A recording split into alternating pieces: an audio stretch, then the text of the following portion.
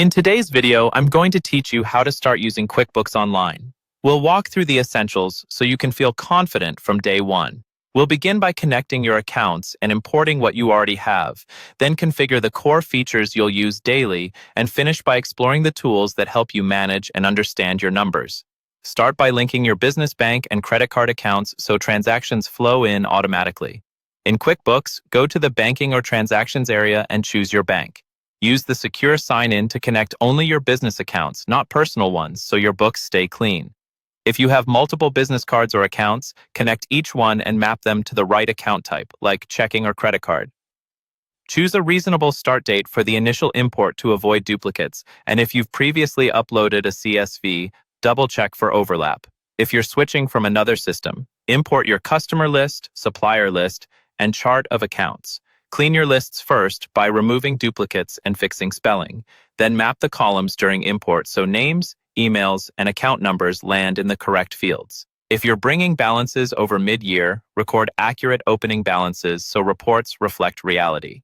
Next, configure the core features. Customize your invoices with your logo, brand colors, and the information you want to show, like purchase order fields or due dates. Set default payment terms and add a friendly message that clarifies how to pay. If you accept online payments, enable the options you want and send a test invoice to yourself to confirm everything looks right.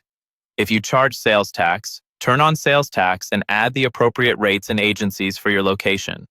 Mark products and services as taxable when needed and make sure your invoices calculate tax correctly.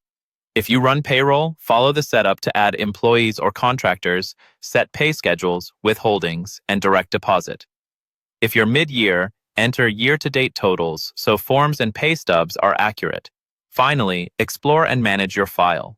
Add users who help with your books and assign the right permissions for each role.